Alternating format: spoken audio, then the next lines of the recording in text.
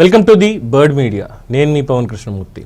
ముద్రగడ పద్మనాభం గారు, పేరు మార్చుకున్నారు కదా, ముద్రగడ పద్మనాభ రెడ్డి గారు, వారికి అనారోగ్య కారణాలు అనేవి మనం గతంలో మాట్లాడుకున్నాం.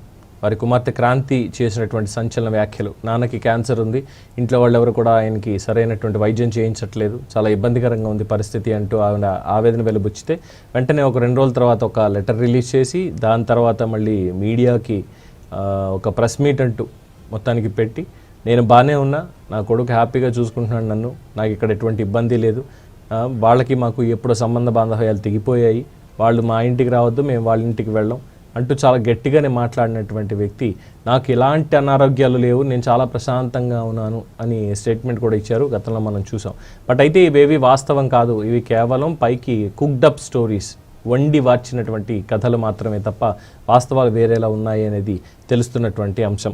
ఎందుకు ఈ మాట అనాల్సి వస్తుంది అంటే, ముద్రగడ పద్మనాభం గారు మొన్న మధ్యన ప్రెస్ మీట్ పెట్టి వాళ్ళ కుమార్తె చేసినటువంటి వ్యాఖ్యల నేపథ్యంలో, అవును నాకు క్యాన్సర్ ఉన్నటువంటి మాట వాస్తవమే, అయితే దీనికి చికిత్స అనేది నా కుమారుడు దగ్గరుండి మరి నన్ను చేయిస్తున్నాడు, కంటికి రెప్పలా కాపాడుకుంటున్నాడు, సో మిగతా వాళ్ళు ఎవరు నాతో సంబంధం లేనటువంటి వాళ్ళు, నేను వదిలేసుకున్నటువంటి వాళ్ళు ప్రతి ఒక్కళ్ళు కూడా దీని మీద పెద్ద ఏమీ కన్సర్న్ చూపించాల్సినటువంటి అవసరం లేదు, నా గురించి పెద్ద కంగారు పడాల్సిన అవసరం లేదు అంటూ దీర్ఘంగానే ఆయన మాటలన్నీ కూడా మాట్లాడడం అయింది. సీన్ కట్ చేస్తే నేనటి నుంచి ఆయనకి చాలా సీరియస్గా ఉంది. అందరూ అనుకున్నట్టుగానే ఆయనకి క్యాన్సర్ అనేది ఉంది. దాంతో తీవ్ర అస్వస్థతకు గురైతే కాకినాడలో ఉన్నటువంటి ఒక హాస్పిటల్లో ఆయన చూపించారు. ఆ తర్వాత అక్కడ ఉన్నటువంటి డాక్టర్లు, ఈయన ఇక్కడ కాదు డైరెక్ట్ హైదరాబాద్ తీసుకెళ్ళండి, అక్కడైతేనే మీకు మెరుగైన చికిత్స వస్తుందంటూ సజెస్ట్ చేయడం, దాంతో హైదరాబాద్కి ముద్రగడ పద్మనాభ రెడ్డి గారు ప్రయాణం అయ్యారు. అయితే దీని మీద కూడా ఆయన మాట్లాడుతూ చేసినటువంటి వ్యాఖ్యలు ప్రస్తుతం నవ్వు కూడా తెప్పిస్తున్నాయి. మీరు ఏమన్నా చేసుకోండి, నా ఆరోగ్యం నాకు తెలుసు కదా, ఇబ్బందులు బాలవుతానా అని చెప్పి కూడా ఆయన మాట్లాడుతూ వస్తున్నారు.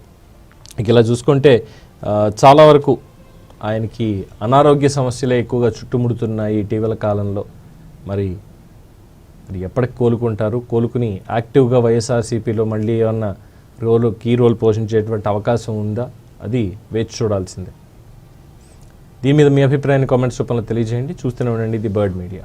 ఈ వీడియో కనుక మీకు నచ్చినట్టయితే లైక్ చేయండి, షేర్ చేయండి, సబ్స్క్రైబ్ చేయండి, అలాగే పక్కనే ఉన్న బెల్ ఐకాన్ని క్లిక్ చేయండి.